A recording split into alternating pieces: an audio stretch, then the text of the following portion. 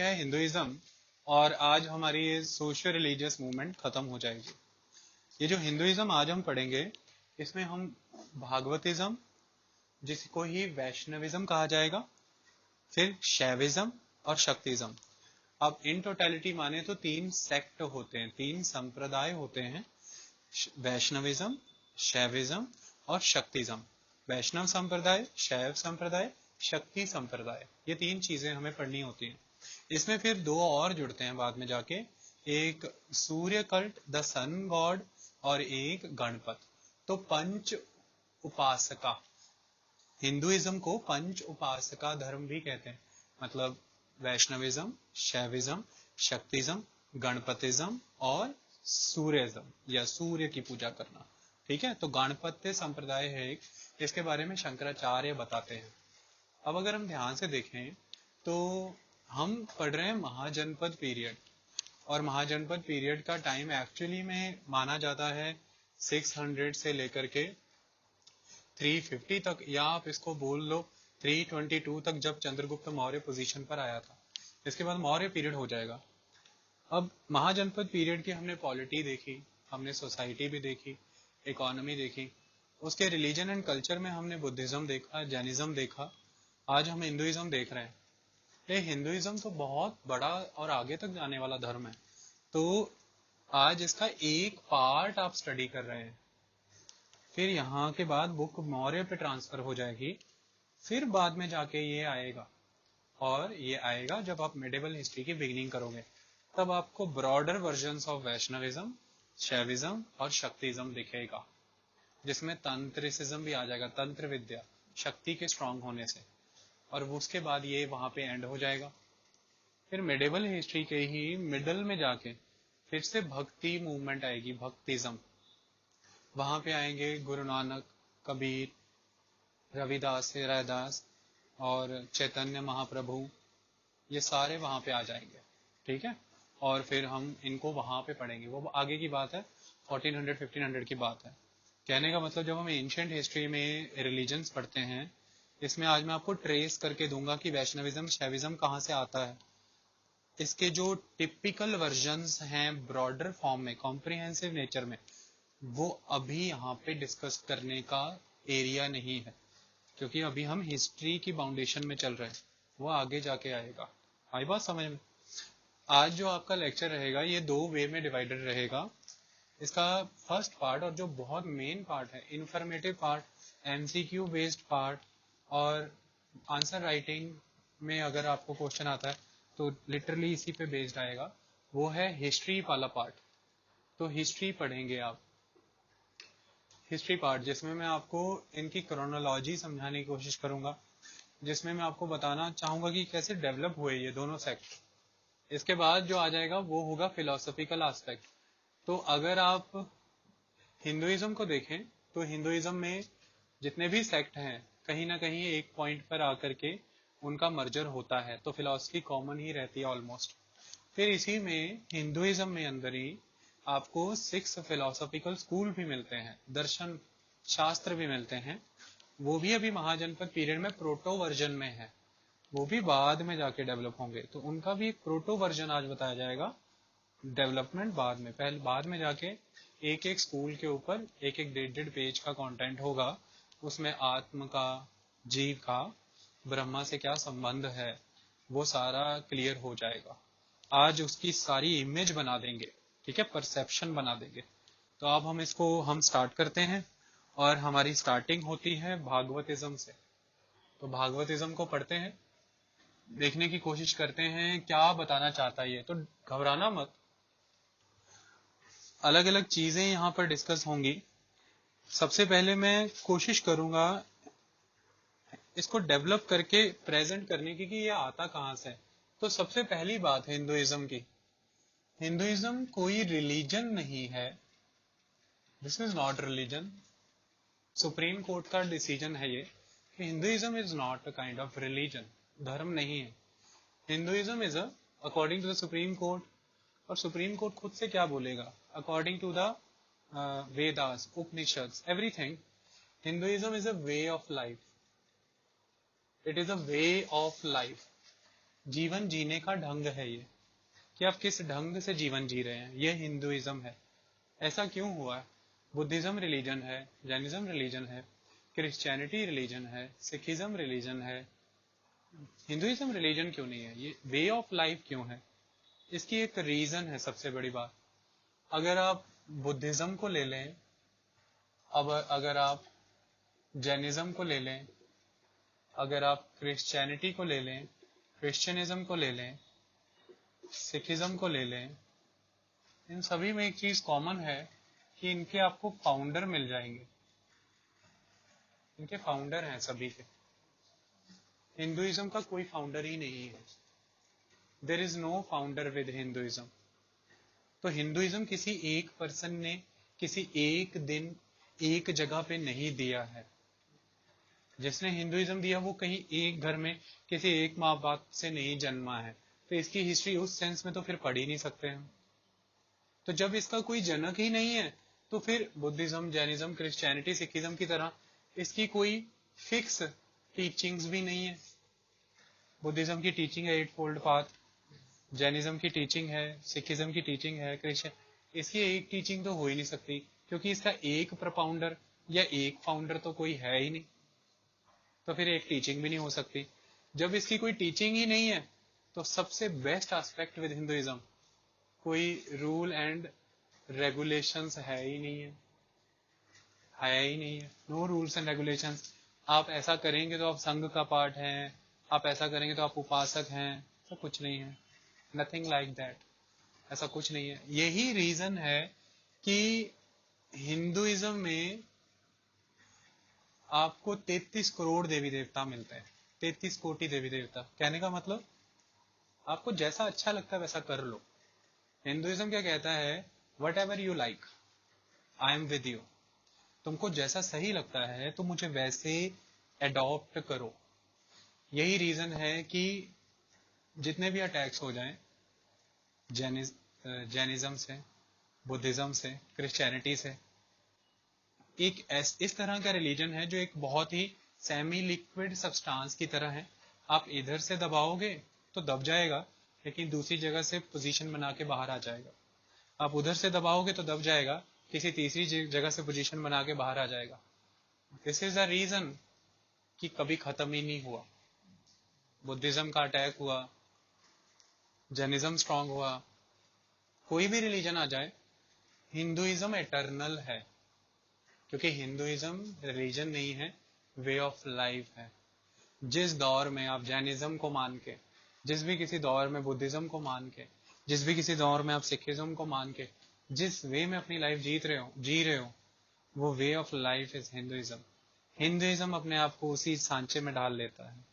और रिलीजन आप चाहे सिख फॉलो करो, रिलीजन आप चाहे क्रिश्चियन फॉलो करो, your way of life is somewhere kind Hinduism. क्योंकि आप जिस भी रिलीजन में रह के जैसी भी वे ऑफ लाइफ फॉलो कर रहे हो, डिट्टो वैसी वे ऑफ लाइफ आपको सो कॉल्ड किसी हिंदू सेक्ट में मिल जाएगी, उसकी कंटेम्प्रेरी एग्जैक्ट वैसी लाइफ।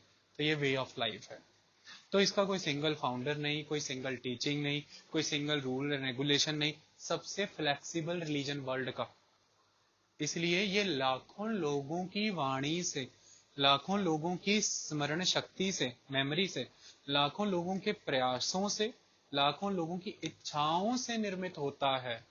ये लाखों लोगों का दिया धर्म है और करोड़ों का अपनाया धर्म है। तो ये ऑर्गेनिक रिलीजन, ये ऑटोमेटिकली आता है।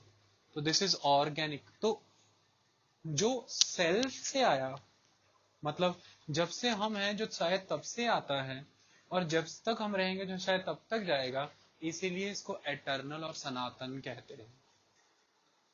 तो सनातन कह के खुद को ऐंठना, इतराना कि मैं हिंदू सनातन हूं, ये भी हिंदुइज्म नहीं होता। क्योंकि Hinduism is a way of life. Anybody, कोई भी इस विश्व में ब्राह्मण है। हिंदुइज्म के according the very first aspect is ब्राह्मण, और सभी ब्राह्मण हैं। क्योंकि ब्राह्मण क्या है? द ऑल परवेडिंग एनर्जी, और उसका एक हिस्सा वो है आत्मन, योर सोल। तो वो सब में है, आप सभी ब्राह्मण हैं। यहीं से आता है ब्रह्मांड। तो कुल मिलाकर के इस वे में हिंदुइज्म वर्क करता है। अगर आप डीपली कभी समझोगे तो आपको मीनिंग समझ आ जाएगा। तो मुद्दे की बात यहाँ पर यह है कि एटर्नल है, सनातन है, अनादि है, अनंत है, अनादि से शुरू हुआ अनंत काल तक जाएगा, अलग अलग सिस्टम्स के थ्रू। फिर हम इसको समझे कैसे, इसको अंडरस्टैंड कैसे करें? तो कुछ समझाता हूँ। बेसिकली एक कंसेप्ट समझिए। मैंने राधिका से कहा कि खुद को डिफाइन करो, बहुत डिफिकल्ट हुआ उसके लिए, जबकि राधिका 800 करोड़ लोगों में से एक है और ट्रिलियंस ऑफ बायोलॉजिकल लाइफ में से एक है, और पता नहीं अनकाउंटिंग एबायोटिक और बायोटिक लाइफ को मिला के एक है। तो ऐसे में ये लाइफ तो सिर्फ एक पार्ट है इस यूनिवर्स का, जिस यूनिवर्स को साइंटिस्ट कहते हैं बिग बैंग की थ्योरी से कि वो इस नथिंगनेस से क्रिएट हुआ, एक छोटे से पॉइंट से क्रिएट हुआ जो यूनिवर्स बिग बैंग थ्योरी की वजह से। तो मुद्दे की बात है ये एक हॉरिजॉन पे है, एक हॉरिजॉन पे ऐसे कितने क्रिएट हुए होंगे हमें पता ही नहीं है। ऐसे कितने क्रिएट हुए होंगे और इनको सबको मिला लेना तो कमल का फूल बन जाएगा। सभी पंखुड़ियां देख लेना तो कमल के फूल की आकृति बन जाएगी। इसलिए किसी का भी आना, वर्ल्डली लाइफ को डेवलप करना, कमल का फूल is so important in Hindu religion, Hinduism. कमल, lotus flower is very important, क्योंकि उसके पीछे की डंडी और उसका आगे को ऐसे खुलना यूनिवर्स के फिगर को दर्शाता है। तो यूनिवर्स इस तरह से बनता है। तो अब ऐसे में हम कह रहे हैं यूनिवर्स एक्सपैंड हो रहा है, ये नथिंगनेस से आया, ये एक्सपैंड हो रहा है, ये है बिग बैंग, और एक दिन ये सारा एक पॉइंट पे जाके कन्वर्ज हो जाएगा और ये नथिंगनेस में ही चला जाएगा। वो होगा बिग क्रंच। ये जिस बिग, जो बिग क्रंच है नथिंगनेस, यहीं से फिर एक बार ये बिग बैंग बनेगा, फिर ये बिग क्रंच। तो मतलब जो जहां से ये शुरू हुआ था इस बार का नथिंगनेस, ये शायद पहली बार का बिग क्रंच था और इस बार का नया सोर्स ऑफ बिग बैंग बना है। तो कुल मिलाकर के हिंदुइज्म इस तरह से चीजों को इमेजिन करता है कि ये सिस्टम ऐसे चल रहा है। अब ऐसे में ये कौन है? ये सारा जो हमने ऑब्जर्व किया, ये सारा कौन था?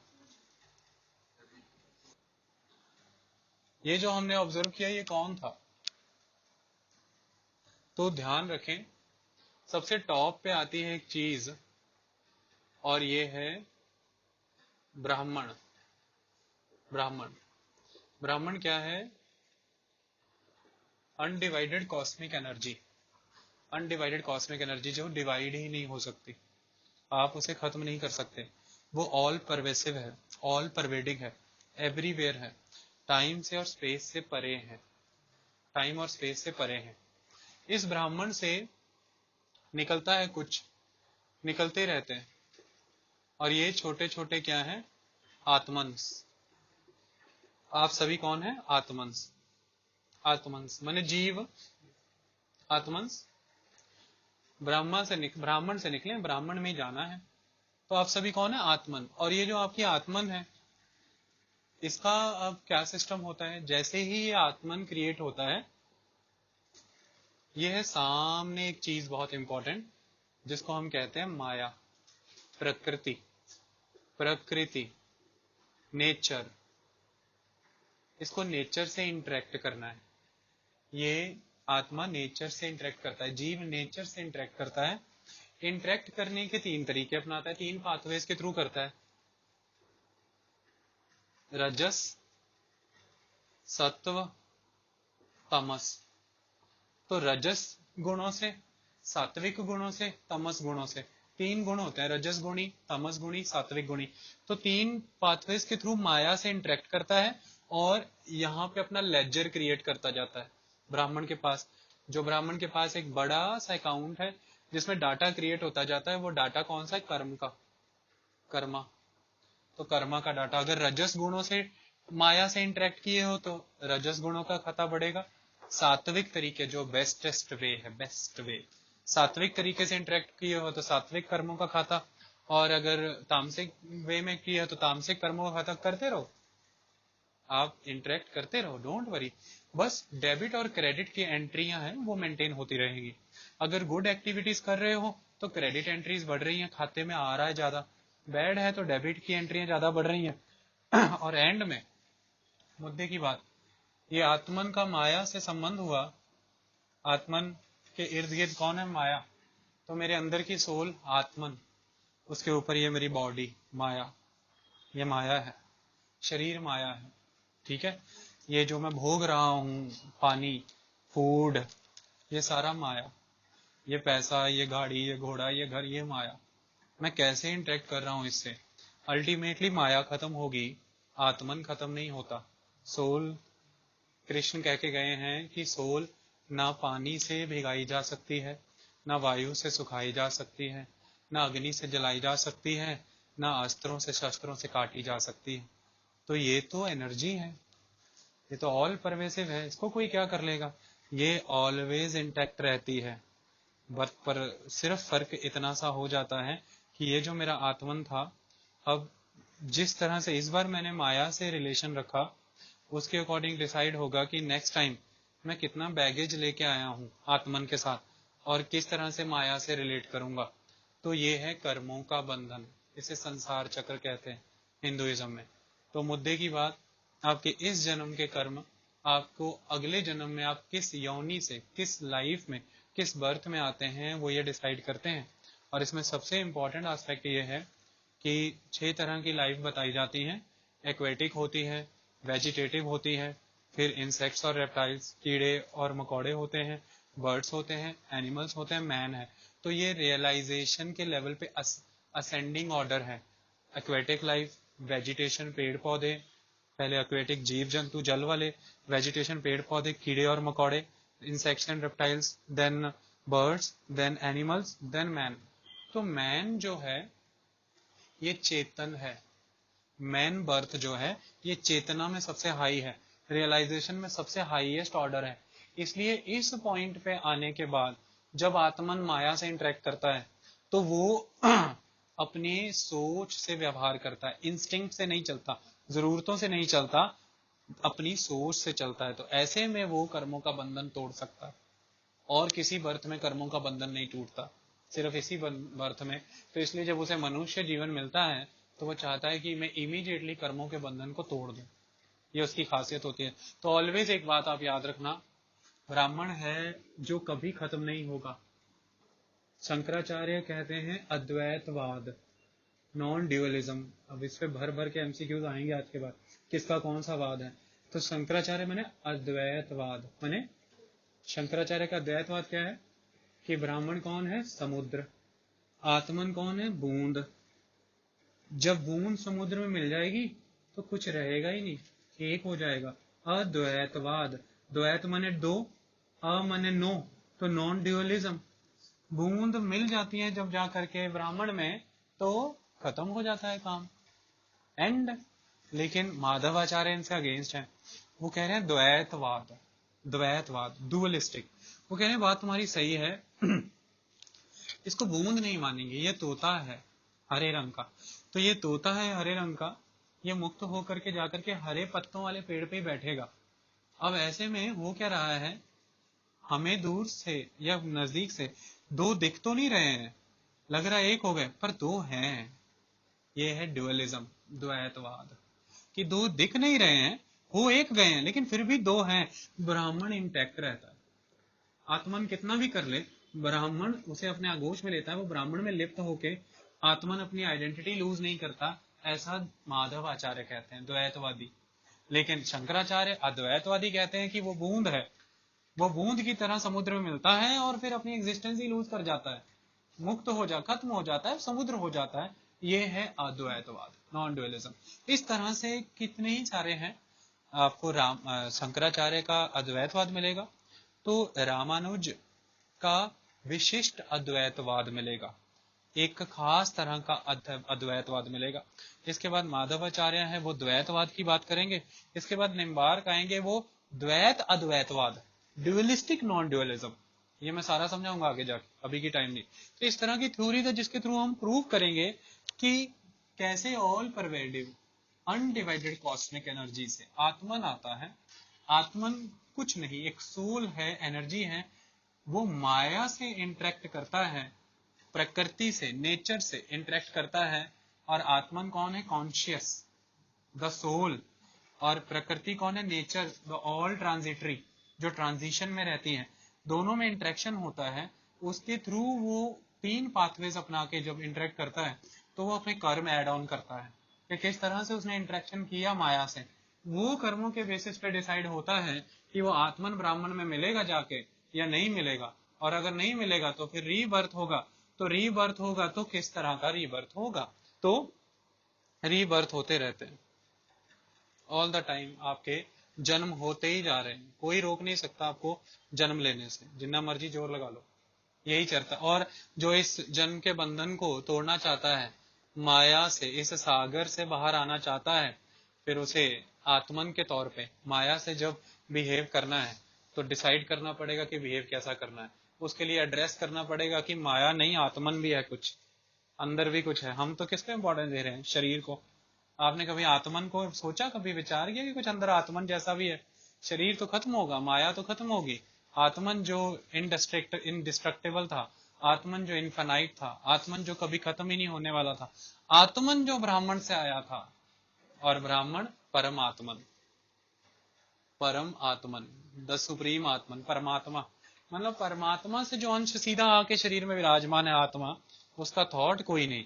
और जो यहाँ पे अवेलेबल माया थी, जो ये है, इसके ऊपर पूरा फोकस है। तो मुद्दे की बात यह है कि जिनको समझ आ जाता है फिर वो नागा बन जाते हैं, असेटिक हो जाते हैं, अघोरी बन जाते हैं, वो ये सब त्याग देते हैं, क्योंकि उन्हें रियलिटी दिख जाती है कि अल्टीमेटली अंदर है क्या, हम हैं कौन, आत्मन है और परमात्मन में मिलना है। तो कुल मिला के परमात्मा, आत्मा और माया, 3 कॉन्स्टिट्यूएंट होते हैं हिंदुइज्म में। और ये जो जीव है, जीव है, इसको 3 तरह से डिवाइड करने की कोशिश की जाती है। सबसे पहले इसमें आता है आत्मन, ये इंपॉर्टेंट है। दूसरा आता है इसमें मन, माइंड, ये हम हमेशा गलती करते हैं कि हम आत्मन को मन से रिलेट करते हैं। तीसरा आती है इसमें बॉडी, माया, माया। तो आत्मन, मन, माया, 3 चीजों से आप लोग बनते हैं। तो मैंने बताया भी था पिंडदान के समय 3 तरह से चावल के गोले करके, जब भी हिंदुओं को श्राद्ध विधि करते या सिखों को श्राद्ध विधि करते देखें आप, तो जब साल भर श्राद्ध आते हैं, पितृ पूजन किए जाते हैं, तो चावल अच्छे से मैश करके 3 गोले बनाए जाते हैं, क्योंकि जो पितृ को पूजना उसके 3 हिस्सों को सेटिस्फाई करना है, आत्मन, मन और माया। बॉडी अन्न कोश, आत्मन द सोल, एंड मन द माइंड, इन तीनों को सेटिस्फाई करना। और कौवे को दिया जाता है, कौवा लेके जाता है, कौवा, क्योंकि कौवा क्या, कहाँ कहाँ, ऑलवेज कहाँ कहाँ करता रहता है, और हर चीज की शुरुआत क शब्द से होती है। का मने कब, मने क्यों, मने कहाँ, मने कैसे। तो इसलिए कौवा मने कहाँ कहाँ, मने पितृ पूछ रहे हैं कब, क्यों, कैसे, कहाँ, तुमने क्या किया, जैसा कहा था वैसा किया, कब और कैसे किया, कहाँ किया, क्यों किया, वो ये सारे सवाल पूछ रहे हैं और हम उन्हें कौवे के थ्रू फीड कर रहे हैं। तो ऐसा सिस्टम एक बनाया गया, संस्कार है ये। इसको भी संस्कारों में जोड़ा, 40 संस्कारों में ये एक बहुत बड़ा संस्कार है। तो कुल मिला के आप हमेशा गलती करते हैं कि जब भी हम आत्मन से माइंड को जोड़ लेते हैं कि मन और आत्मन एक है। मन क्या होता है, एक बात में ही आज आपको समझा दूंगा। जो ये मेरी माया है ना, अब आपको समझ आ जाएगा इतनी देर डिस्कशन क्यों हुई राधिका के साथ। तो ये जो माया है ना, शरीर, ये मन के बिना नहीं चल सकता, माइंड के बिना। माया मन के बिना डेड है, टोटल डेड है। तो मन और माया ड्राइवर और गाड़ी की तरह है। जो मन है एक तरह से ये ड्राइवर का काम करता है, और गाड़ी जो है वो माया है, शरीर है। गाड़ियां आएंगी, पुरानी होंगी, चली जाएंगी, ड्राइवर वहीं रहता है, वो नई नई गाड़ियां रोज चलाता है। तो मुद्दे की बात, बॉडी को नीड है माइंड की, मन की। मन और माया में किस तरह से संबंध बन रहे हैं, इसका प्रभाव पड़ रहा है आत्मन पे, क्योंकि मन का और माया का सोर्स था आत्मन। आत्मन से ही सब शुरुआत हुई थी। तो आत्मन ने खुद को मैनिफेस्ट करने के लिए, खुद को एक्सप्रेस करने के लिए, खुद को ऑब्जर्व करने के लिए माया का जाल बुना है अपने इर्द गिर्द, खुद पे माया ली है। माया माने बॉडी। तो ब्राह्मण से आया आत्मन, ब्राह्मण भोगना चाहता है। Brahman the primordial the undivided cosmic energy that Paramatman वह भोग रहा है चीजों को। किस तरह से? आत्मंस के थ्रू। अलग अलग आत्मंस आए। अब आत्मंस क्या कर रहे हैं? माया से रिलेट हो रहे हैं। तो जब भी माया में आएंगे तभी पता लगेगा ना। तो वो ब्राह्मण देख रहा है कि कैसे रिलेशंस बनाते हैं ये। तो जो सात्विक बनाएगा, जो राजसी बनाएगा, जो तामसिक बनाएगा, उसके अकॉर्डिंग फिर ब्राह्मण उनसे डील करेगा। और उसके लिए आत्मन को चाहिए माया का शरीर। और माया ने फिर बोला मैं तो काम नहीं करूंगी, I want chetna, I want mind. तो फिर चेतना, माइंड। तो सोल अपने आप को चेतन कर रही है माइंड के थ्रू। और माइंड जो है वो एक्टिवेट कर रहा है बॉडी को। और बॉडी के थ्रू आत्मा भोग कर रही है, भोग रही है, इस जीवन को भोग रही है। तभी आप बुजुर्गों के मुंह सुनते होंगे, मुझे जीवन तो भोग, मैंने मुक्ति दो। आत्मा मुक्ति मांग रही है कि मैं और नहीं भोगना चाहती, तो लिबरेशन मांग रही है। ये कोर है हिंदुइज्म का। ये समझ आ गया? बस आगे इसी को कभी आगे जाके बढ़ाना है। अभी इतना समझ आ गया, अब कुछ नहीं गलती करनी। हिंदुइज्म में, भागवतिज्म में वो परमात्मा विष्णु है, शैविज्म में वो परमात्मा शिव है, शक्तिज्म में वो परमात्मा देवी है, आदि शक्ति है, गणपति में वो परमात्मा गणपति है, सूर्य में वो परमात्मा सूर्य है। समझ आ गई बात? और हम सब कौन है? आत्मन। और उनकी पत्नियां कौन है? माया, ये प्रकृति है ना, ये सारी उनकी वाइफ्स हैं। क्लियर हो गया सारा फॉर्मूला? वो परमात्मा, ये माया उनकी पत्नियां, हम उनकी संतानें। हम कौन? आत्मन। तो किसी को वापस लेते हैं, किसी को नहीं लेते हैं। वो डिपेंड करता है कि हमने माया से बिहेव कैसा किया और कौन सा पाथवे अपनाया। आई बात समझ में? चलो अब रुक जाओ। तो उन्हें कैलाश से शिव जो अघोरी है उसे शंकर बना रही है काशी ले जाकर के। तो उसे कह रही है माया में आओ, लाइफ को चलाओ। तो माया बहुत इंपॉर्टेंट है। तो शिव माया के पास तो आते हैं, लेकिन एक वैरागी एटीट्यूड की तरह। तो शिव और पार्वती जैसी लाइफ होनी चाहिए, ऐसा इसलिए कहते हैं। हालांकि शिव ने बहुत तंग किया पार्वती को। वो कभी भी एक आइडियल हस्बैंड वाइफ नहीं है, बट ऑलवेज जब मैरिज होगी, शिव विवाह करते हैं हिंदू, और ऑलवेज प्रे करते हैं कि शिव और पार्वती जैसी जोड़ी हो। क्यों? शिव इंडल्जेंसी नहीं शो करते। वो माया के साथ संबंध में आए, लाइफ में आए, लेकिन शिव को कुछ नहीं चाहिए। तो एक यूनिक रिलेशनशिप है। खुद वैरागी हैं, उन्हें भूख नहीं लगती, लेकिन ऑलवेज वो भीख मांगते हैं अन्नपूर्णा से, माया से, माने अपनी पत्नी से, फॉर अदर पीपल, दूसरों के लिए। तो एक अन्नपूर्णा है, वो पत्नी किसकी है? शिव की, जिसको भूख नहीं लगती। उसने योग से भूख को जीत लिया। वो भीख मांगता है दिन भर, भिक्षाटन कहते हैं उन्हें। वो भीख मांगता है दिन भर, किन के लिए? उसे भूख तो लगती नहीं, तो उनके लिए जिनको देना है। तो ये साइकिल है। एनर्जी मने की Parvati, matter created by the energy Shiva, और for the manifestation of its action energy always need matter. तो मैनिफेस्टेशन करना है, लोगों को भोजन देना है, तो फॉर दैट मैटर चाहिए। पार्वती सीधे भी खाना दे सकती है, बट दे नहीं सकती, वो एनर्जी है। एनर्जी को एक्सप्रेस करने के लिए you always need a matter. तो एक मैटर पहले से था। अब ये सारी बातें आपको, अब ये चल रहा है ना, अब ये सारी बातें कहाँ से इंपॉर्टेंट? अब ध्यान से देखो, कुछ सोचो। यहां से हमारी सारी प्रॉब्लम शुरू होती है कि ये जो ब्राह्मण था, all pervasive energy, undivided cosmic order, इसको इमेजिन करो जरा। कैसे करोगे? How can you imagine it? There is no source of imagination. Radhika is unable to define herself, so how can you define Brahman, the all pervading energy? तो तीन pathways हैं इसको identify करने के। पहला पाथवेज है कि आप इसको डायरेक्ट आइडेंटिफाई कर लो, वो पॉसिबल ही नहीं। वो तो सिद्ध, कोई सिद्ध योगी नाथ है तो वो करेगा, अदरवाइज ब्राह्मण आइडेंटिफाई होना इम्पॉसिबल। ठीक है? तो दूसरा तरीका क्या होता है? आप किसी ना किसी तरह से कोई दिल में कुछ मूर्त समाओ, बनाओ, अंतर्यामी। आप उसे दिल में समा लो, मूर्त बना लो, तो अंतर्यामी के तौर पे, कि मैं उसे मन के अंदर मैंने इमेजिन कर लिया है। ब्राह्मण को किसी ना किसी फॉर्म में या किसी ना किसी वे में अपने मन में समा लो। लेकिन वो अंतर्यामी के तौर पे आपके मन में आ ही नहीं सकता, क्योंकि मन तो माया से घिरा है। मन तो माया से घिरा है, माया उसको इमेजिन करने ही नहीं देती, परसेप्शन बनता ही नहीं है, तो हम कभी वहां तक पहुंच ही नहीं पाते हैं। तो तीसरा एस्पेक्ट आता है द इजिएस्ट पाथवे, सबसे बेस्ट पाथवे, आप उसे भगवान की फॉर्म में क्रिएट कर लो अपने लिए, और वो है ह्यूमन वर्जन। सूर्य है तो सूर्य को एक आकार दे दो, छोटा सा गॉड, सन गॉड। क्योंकि सूर्य, आप कैसे इमेजिन करोगे सूर्य को?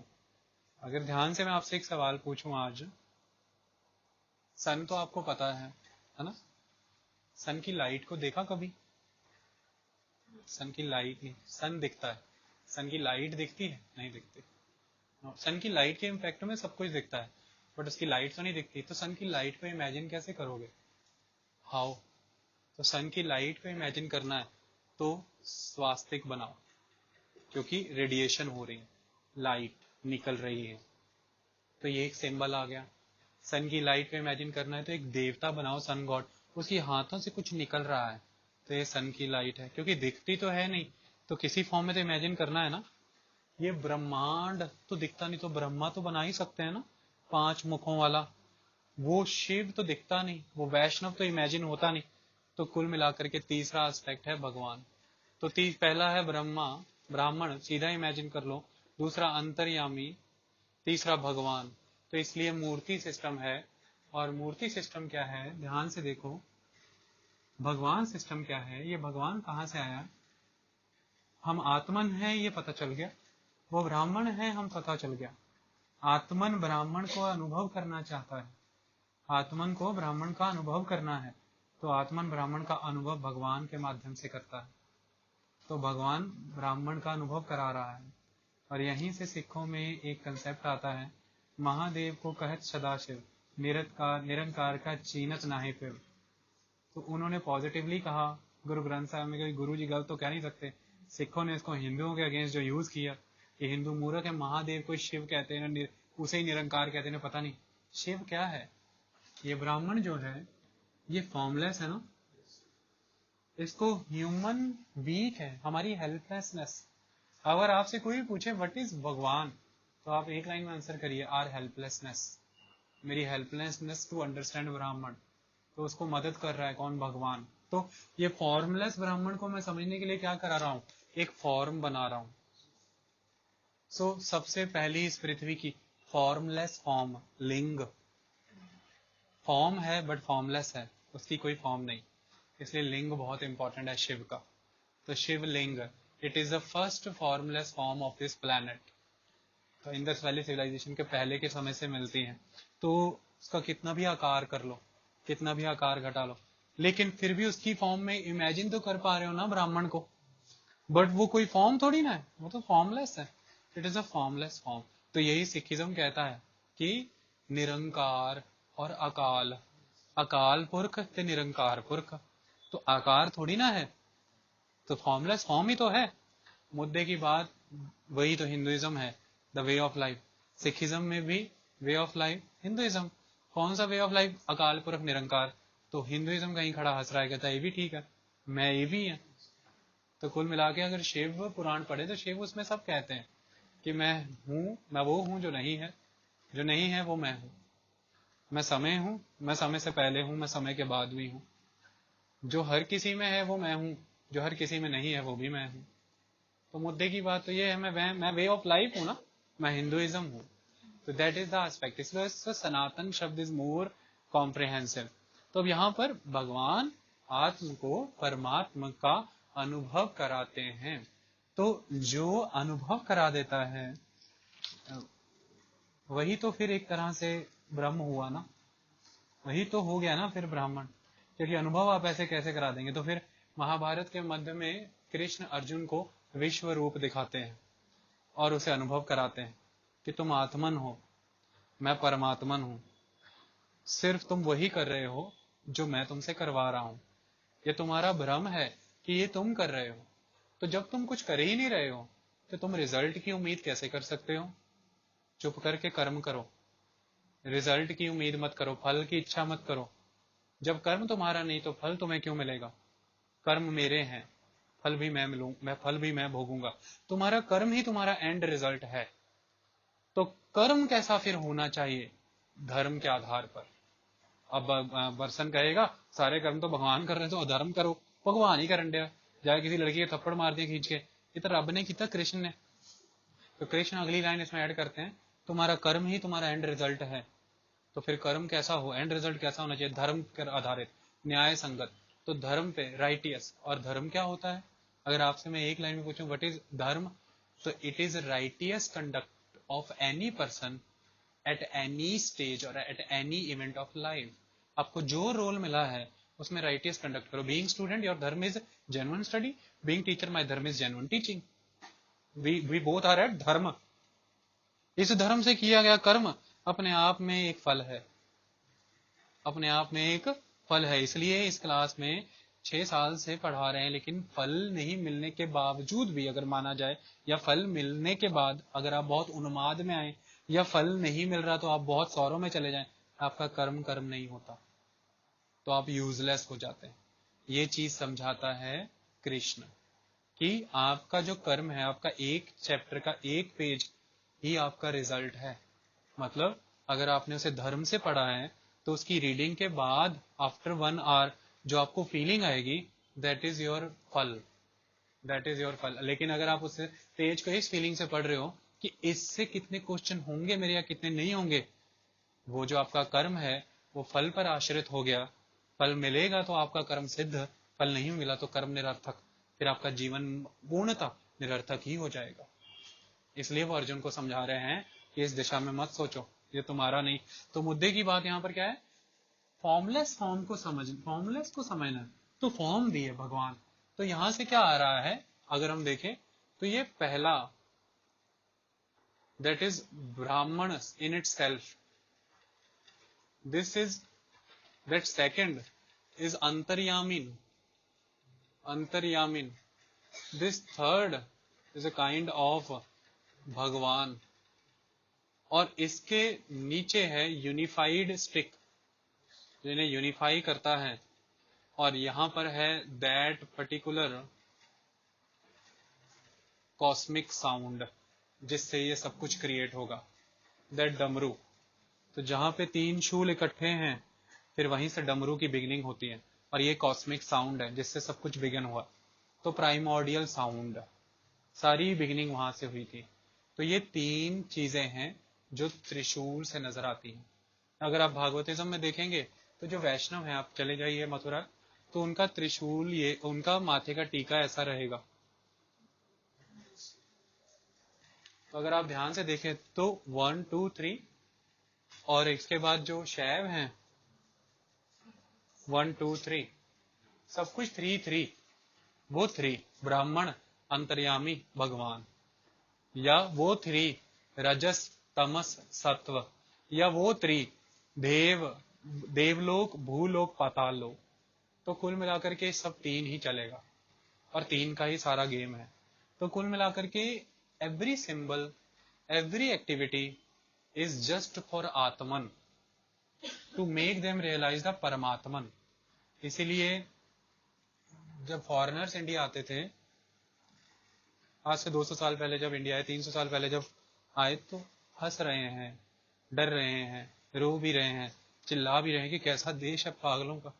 एक भगवान देखा, उसके हाथी की तरह बड़े बड़े कान थे, सूंड थी, और लोग उसे पूज रहे थे। तो ये भारत में ही है। हाथी मुंह वाले भगवान को भी पूज रहे हो, गणपति कह करके उसकी पूजा कर रहे हो, क्योंकि आप किस लोकेलिटी में हैं, आपकी क्या रिक्वायरमेंट्स हैं, आप किन चीजों को एक्सेप्ट करते हैं, किन को रिजेक्ट करते हैं। हिंदुइज्म आपके पास आया, आपको पूछा व्हाट आर योर रिक्वायरमेंट्स, आपने बताया ये रिक्वायरमेंट। इस एरिया में आपके लिए सबसे इंपॉर्टेंट कौन है? हमारे लिए गज बहुत इंपॉर्टेंट है। ओके, सो आप अपना गॉड बना लो गजपति को, और still you are in Hinduism. This is the diversity of Hinduism.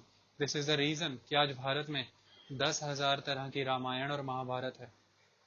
Otherwise world का कोई रिलीजन डिसेंट की ताकत नहीं देता, सवाल करने की आजादी नहीं देता, खुद को नियम अलग करने की आजादी नहीं देता। आज हिंदुइज्म को खंगाल के देखो, आपको आचार्य अलग मिलेंगे, मठ अलग मिलेंगे, गण अलग मिलेंगे, अखाड़े अलग मिलेंगे, संप्रदाय अलग मिलेंगे, योगी अलग मिलेंगे, नाथ अलग मिलेंगे, भंगी अलग मिलेंगे, सारे अलग मिलेंगे, लेकिन स्टिल सारे कौन है? हिंदू। इतना डिसेंट, ये डेमोक्रेटिक रिलीजन है, इसको कहते हैं डेमोक्रेसी। कितना डिसेंट है तुम्हारे अंदर। तुम किसको? मैं सांप को मानना चाहता हूँ, सांप को बना लो। तुम किसको बनाना चाहते हो? मैं बिच्छू को, बिच्छू को बना लो।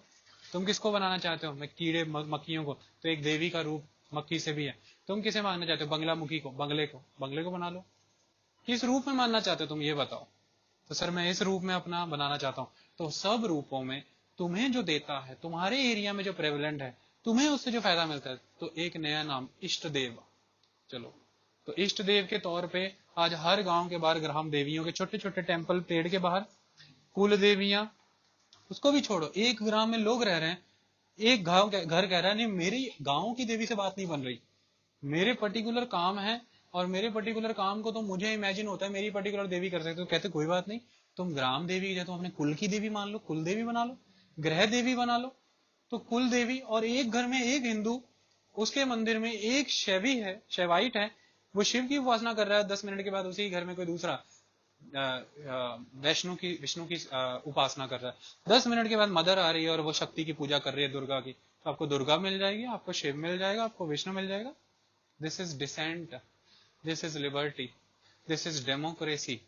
लेकिन आप चर्च में जाके एक ही पूजा कर सकते हो, आप बुद्धिस्टों में एक ही पूजा कर सकते हो। वहां से उनसे तो बोधिसत्व बर्दाश्त नहीं हुए, वो डर गए कि हमारा बुद्धिज्म बर्बाद हो जाएगा। बोधिसत्व जैनियों से तो श्वेतांबर दिगंबर बर्दाश्त नहीं हुए, डर गए कि हम बर्दाश्त हो जाएंगे। हिंदुइज्म हंसता है, कहता कितने और बनाने हैं बताओ। यहाँ पे दिगंबर भी है, नागा घूम रहे हैं पूरे देश में, घूमो। यहाँ पर श्वेतांबर भी, यहाँ घोरी पूरे शरीर पे भस्म लगा के घूम रहे हैं, घूमो, कहते कोई बात नहीं। कितने ढूंढने हैं, मतलब कृष्ण के ही संप्रदाय में आपको कई संप्रदाय मिल जाएंगे, वैष्णविज्म में ही आपको मानने वाले अलग अलग मिल जाएंगे। आप दंग रह जाएंगे कि देखिए कि इतने कृष्ण को मानने वाले, कुछ कीर्तन में यकीन करते हैं, कुछ उपासना में यकीन रखते हैं, वो कीर्तन में यकीन नहीं रखते। तो कृष्ण की ही आपको पूजा की विधियां अलग अलग मिलेंगी, हर जगह डिफरेंस है। एवरी महाकाल की पूजा अलग तरीके से हो रही है भस्म के साथ, और अदर शंकर की पूजा काशी में अलग तरीके से हो रही है। मुद्दे की बात ये डिसेंट है, ये डाइवर्सिटी है, ये हमारी कंट्री की क्लाइमेटिक रीजन है, ज्योग्राफिकल एक प्रैक्टिकलिटी है। अदरवाइज आप ऐसा नहीं कर सकते। अदर रिलीजन्स में एक विधि होगी, एक ही तरीका होगा, एक ही प्रैक्टिस होगी, आपको वैसे ही करना है, इसलिए इसको सनातन कहा गया है। तो हंसने की बजाय हमें ये इमेजिन करना चाहिए कि एक धर्म को डर ही नहीं कि उसके ऊपर गणेश के कार्टून्स बन रहे हैं, गणेश पे मजाक हो रहा है, यमराज के कार्टून्स बन रहे हैं, मजाक हो रहा है, कोई चिंता ही नहीं उस धर्म को। भाई वो खत्म ही नहीं होगा ना कभी, क्योंकि वो तो वे ऑफ लाइफ है। इस समय आप ऐसा पसंद कर रहे हो, गणेश का चुटकुला बना के खुश हो रहे हो, this is your way of life, okay enjoy, this is your Hinduism. Hinduism में रहना, बस कैसे रहना है वो तुम देख लो। सारी बातें सारी साइड करके एक ही मुद्दा रख देते हैं नीचे, धर्म पे रहना, बस धर्म पे रहना। कर्म का खाता परमात्मा आप पे मैनेज कर लेगा, 3 गुणों से किसी एक गुण को चुन लेना, वो बाद में तुम्हें क्लियर हो जाएगा। तो मुद्दे की बात, आप कार्टून बना रहे हैं, आप पटाखों के ऊपर लक्ष्मी की, शिव की मूर्ति फोटो बना रहे हो, लड़ियों के ऊपर भगवान बना रहे हो, यार enjoy what ever you want enjoy, enjoy. आपको बस हम इस धर्म में रखना चाहते हैं, बस आप एंजॉय करो। ऐसे तुम्हें कलेजे को ठंड पड़ रही है, पड़ रही है सर, तो हिंदुइज्म क्या है? रिलीजन है? नहीं sir, it is a way of life. तो this is your way of life, yes sir, okay then enjoy it, it is last fight. तो इसलिए ये कभी मरेगा ही नहीं, ये अनंत है। और ऐसे में फिर आते हैं वो जो इसके बाप बनना चाहते हैं, एक थ्योरी लेके आएंगे, हिंदू धर्म में, हिंदू मान्यताओं में ये नहीं होता। आज तक किसी ने माना ही नहीं, जब किसी ने इसको फाउंड ही नहीं किया, जब इसका कोई एक फादर ही नहीं, जब इसकी कोई पर्टिकुलर रूल्स रेगुलेशंस ही नहीं, तो यही हो रहा है अब। आज शंकराचार्य जो हैं उनको कलेजे में आग यही है कि तुम साईं की पूजा कैसे करते हो, साईं के मंदिर कैसे बना दिए, साईं बाबा की तो वैदिक परंपरा में प्राण प्रतिष्ठा की कोई विधि ही नहीं बताई, तो तुम साईं की पूजा ही नहीं कर सकते। वहीं कोर्ट कहता है, इसी बात पे कोर्ट का डिसीजन आता है सुप्रीम कोर्ट का, कि हिंदुइज्म रिलीजन तो पहली बात है ही नहीं। अगर तुम्हारे संप्रदाय को ठेस पहुंची है तो वो बताओ, हिंदुइज्म तो वे ऑफ लाइफ है। उन्हें साईं पसंद है, वो साईं की पूजा कर रहे हैं, स्टिल दे आर हिंदू, वो फिर भी हिंदू है। तो शंकराचार्य आ जाए, कोई अखाड़ जूनागढ़ का मठ आ जाए, कोई कुंभ वाले आ जाए, आज से देश में एक फरमान जारी करें कि आज से सभी इस तरह की विधियों का पालन करेंगे, भाड़ में जा चल साइड हो, ऐसा कुछ नहीं होता। ये है हिंदुइज्म। कुछ एक चल ही नहीं सकता, सब चलेंगे एक ही साथ। तो ये है हिंदुइज्म। आप एक की नहीं चला, तानाशाही नहीं चलेगी। एक वे में आप नहीं कह सकते ये होगा, एक वे में आप नहीं कह सकते वो होगा। ये है हिंदुइज्म। तो लिबरल है, फ्लेक्सिबल है, डेमोक्रेटिक है, जैसे अच्छा लगता है वैसा कर लो। बस नारायण को मानो, हरि को मानो, राम को मानो, कृष्ण को मानो, दुर्गा को मानो, वैष्णव को मानो, किसको मानना है मानो। देवियों में भी उन्होंने इतनी देवियां देती कि तुम फंसो मत। इतनी देवियां, देवताओं में इतने दे दी कि तुम फंसो मत। और फिर मंदिर घूमने शुरू कर दो तो पागल हो जाओगे। और मंदिरों में एक से एक चीजें, प्रसाद भी क्या क्या चढ़ाना है, तुम्हारी क्या मर्जी है बताओ। तो एक एक प्रसाद, दारू का प्रसाद। जैनियों में विक्रांत भैरव दारू का प्रसाद चढ़ता है। जब तक नहीं दोगे तो काम ही नहीं बनना आपका।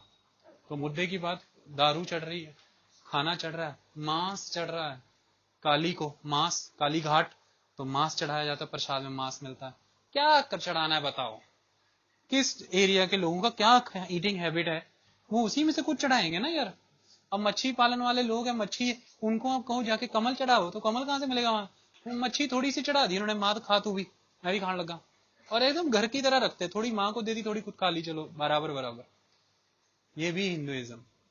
नो रिजिडिटी, नो प्रोटोकॉल, धर्म भ्रष्ट जैसा कोई शब्द ही नहीं कि मेरा धर्म भ्रष्ट हो गया। इसमें ऐसा कुछ नहीं। मंडे को, सोमवार को मंदिर जाना है, जाओ। तुम्हें सोमवार को नहीं जाना, तुम्हें ट्यूसडे को जाना है, तुम ट्यूसडे को जाओ। तुम्हें थर्सडे को जाना है, तुम थर्सडे को जाओ। तुम्हें सैटरडे को, शनि को जाना है, तुम सैटरडे को जाओ। चारों ही हिंदू हैं। और अगले हफ्ते मुझे आज किसी दिन भी नहीं जाना है, तो भी हिंदू है। अगले हफ्ते मुझे 7 दिन जाना है, आओ कम। ये ऑफ नहीं होता, ये खाली संडे को नहीं खुलता प्रेयर देने को, ये 7 दिन है, आओ कम, ऑफर योर प्रेयर। तो द थिंग इज की फ्लेक्सिबल। व्रत करना है तो कर लो, नहीं करना, उसमें भी कितने व्रत करने महादेव के, अनंत, तो करते रहो। कितने करने, 16, तो कर लो। 16 के बराबर का कहीं फल मिल जाता है तो श्रावण के 4 कर लो, 16 के बराबर का कांड हो गया, चलो। इसमें भी फ्लेक्सिबिलिटी, तुम्हें क्या करना है तुम बस बताओ। ये है हिंदुइज्म। इसलिए इसमें एक चीज है जिसको नेगेटिव मान लिया, बहुत बड़ा तुम पर बोझ है, बंधन आ रहा है, इसका कोई उपाय, उपाय है, उपाय भी है। तो प्रॉब्लम भी है, तो उपाय भी उसी टाइम हिंदुइज्म में ही है। ये उसकी फ्लेक्सिबिलिटी थी जिसको नेगेटिव बनाया गया, आजीविका का साधन बनाया गया। तो मुद्दे की बात यह है कि आप सिर्फ और सिर्फ इसलिए जीवित रह सकते हैं। मैंने साइंस में एक चीज पढ़ी थी कि ह्यूमन रेसेस तब तक रहेंगी जब तक प्लेनेट है, क्योंकि उसमें 2 डिफरेंट डीएनए का फ्यूजन होता है, जिसकी वजह से म्यूटेशन का स्कोप बहुत रहता है। और जब म्यूटेशन है तो वेरिएशन है, और जितनी ज्यादा स्पीसीज में वेरिएशन आएगी उतने ज्यादा वो चेंज होते क्लाइमेटिक वेरिएशन को सस्टेन करेंगे। यही है हिंदुइज्म। समय बदल गया, देश बदला, काल बदला, हिंदुइज्म भी बदल गया, बस ठीक है, फिर इसी तरह से चलता है। ओके, चलिए अब समझाते हैं मेथोडोलॉजी। ये इतना क्लियर हो गया। लोग हंसते हैं इसमें, बार बार श्राप दे देते हैं, श्राप, छोटी छोटी बात पे श्राप। अरे मैं तो साइंस का स्टूडेंट हूं और मैंने ये पढ़ा है कि साइंस बिलीव ही नहीं करती किसी चीज में जब तक उसका कॉज ना हो। हिंदुइज्म हर एक्शन को जस्टिफाई करता है उसके एक कॉज से। तो जो भी हो रहा है उसका एक कॉज है, माने श्राप। तो जब भी आप ढूंढेंगे इनके साथ ये क्यों हुआ, ये उस जन्म में इस ऋषि की तपस्या को भंग करके इनको ये श्राप मिला था।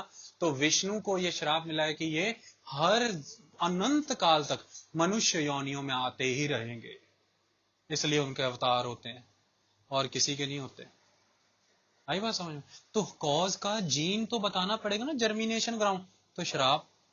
दूसरा कारण क्यों श्राप होता है, आप तपस्या में, आप ऋषि हैं, आप लीन हैं, तो आप जब भी तपस्या में, मारा आएगी, माया आएगी आपको ले जाने, तो पहले वो आपको प्लेजर देगी, आपकी वो इंद्रियां आपने कंट्रोल कर ली, प्लेजर नहीं, फिर वो आपको तंग करेगी। तो आप जब गुस्सा करके उसे श्राप